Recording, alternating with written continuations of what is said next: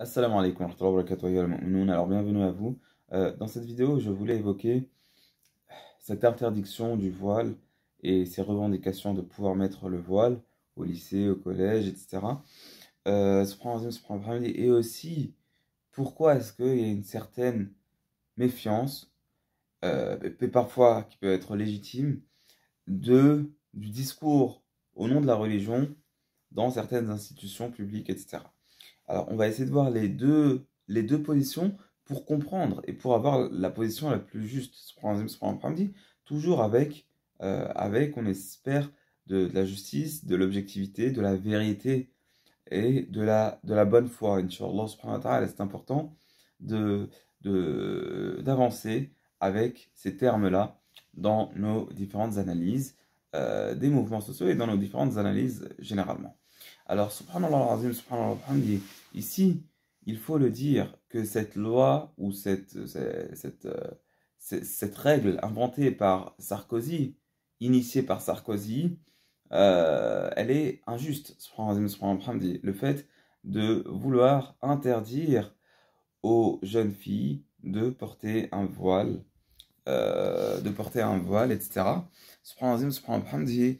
Euh, Premièrement, vous allez à l'encontre du livre d'Allah subhanahu wa ta'ala. Et ça, c'est une grande faiblesse. Subhanallah, subhanahu wa ta'ala. Pour n'importe qui, à partir du moment où tu vas être en opposition avec ce qu'Allah subhanahu wa ta'ala dit et son messager, sallallahu alayhi wa sallam, au-delà même des différentes pressions sociales, etc., il y a un Seigneur, subhanahu wa ta'ala, qui lui donne la victoire et donne la hauteur à certains et rabaisse d'autres, subhanahu wa ta'ala.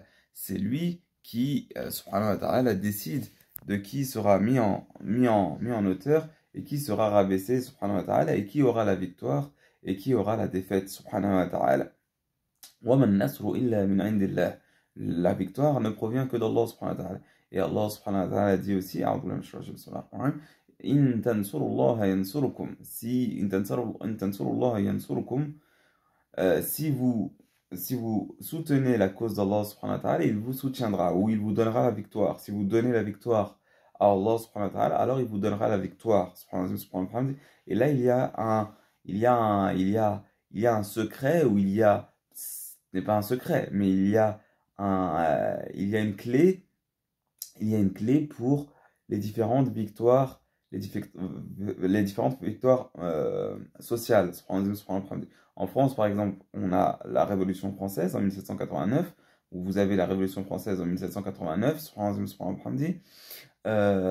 voilà, contre du despotisme soutenu par un certain clerc religieux, ou au nom de la religion, qui va,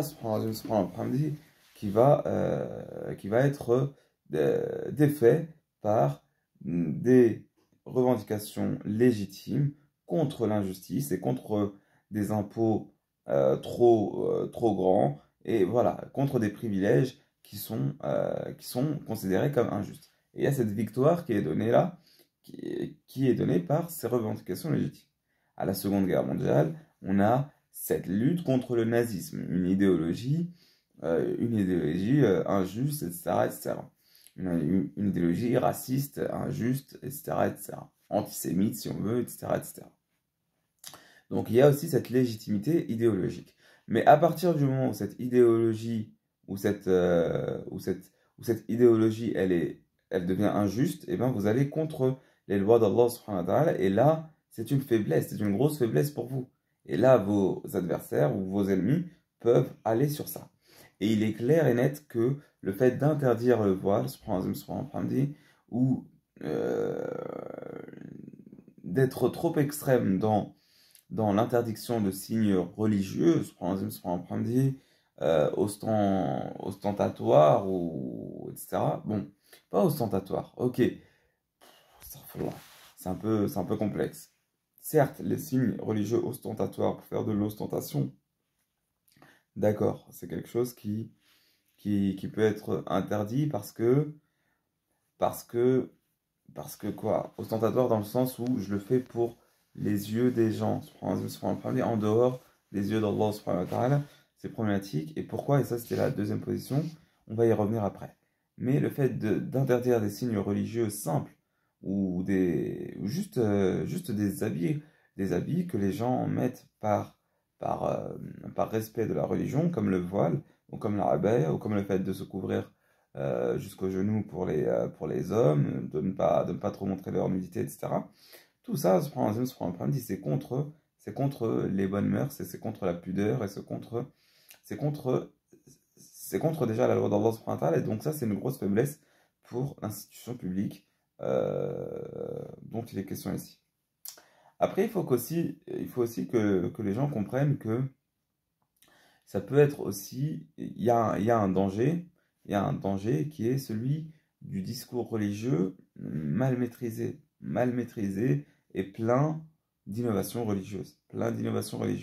Et il est clair et net qu'il y a des voyous, et ça c'est clair et net, et ça aussi il faut que les musulmans en soient conscients, c'est qu'il y a des voyous qui existent, qui veulent, au nom de la religion, s'imposer et imposer des choses qui sont contre la bonne vie en société et contre le vivre ensemble et contre la bonne vie en société.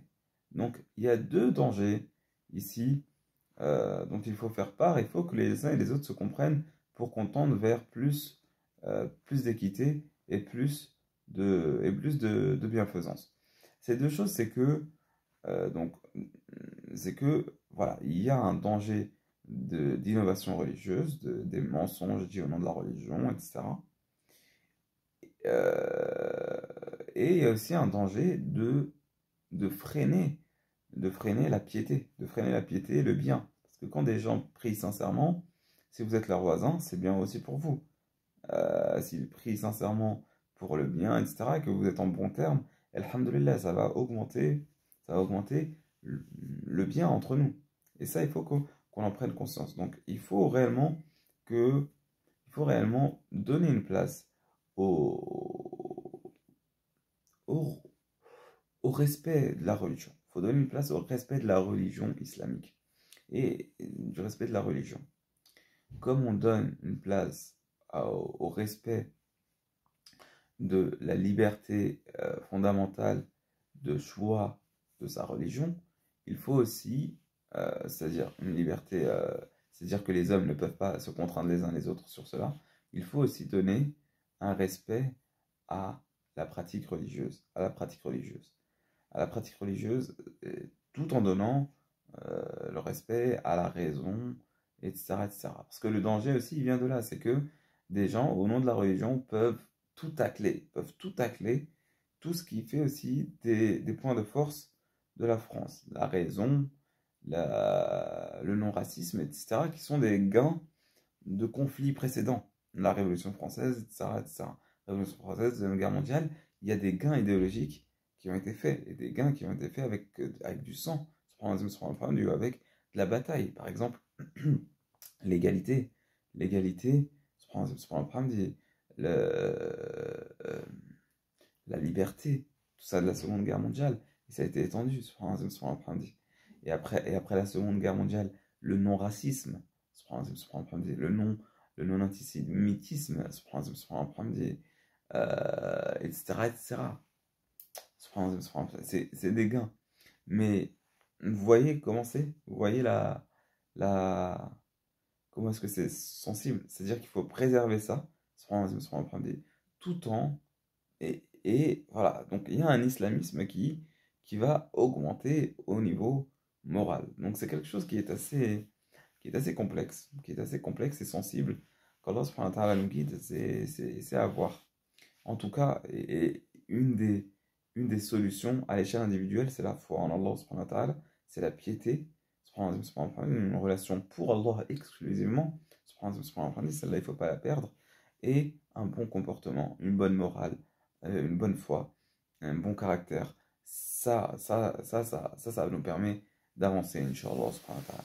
D'accord? Ce qui fait entrer le plus les gens au paradis, c'est husnul khuluq wa taqwallah dans le hadith considéré authentique, c'est le bon comportement, le bon caractère et la piété d'Allah subhanahu wa ta'ala. Donc voilà, c'est quelque chose c'est une question qui est quand même, voilà, c'est quelque chose de, tac, et comme je vous ai dit, la solution à la fin, c'est il faut se retourner à Allah subhanahu wa ta'ala. Parce qu'au final, c'est Allah subhanahu wa ta'ala qui jugera entre les gens de ce sur quoi ils divergeaient. يحكم بينهم فيما كانوا فيه يختلفون. Subhanahu wa ta'ala. Donc voilà la solution. Et voilà, donc j'avais fait une vidéo sur les adhkar de sabah. Donc si vous êtes au matin, n'hésitez pas à faire des adhkar de sabah. Si vous êtes à l'après-midi ou en début de soirée, n'hésitez pas à faire les adhkar du début de soirée. Qu'Allah subhanahu wa ta'ala nous guide et nous pardonne. Et bonne journée. On est dimanche aujourd'hui. Qu'Allah subhanahu wa ta'ala nous donne الخيرات والبركات والهدى والتقى والعفاف والغنى ويصلح ديننا ودنيانا وآخرتنا ويبارك فينا وعلينا. والسلام عليكم ورحمة الله وبركاته. أيها المؤمنون.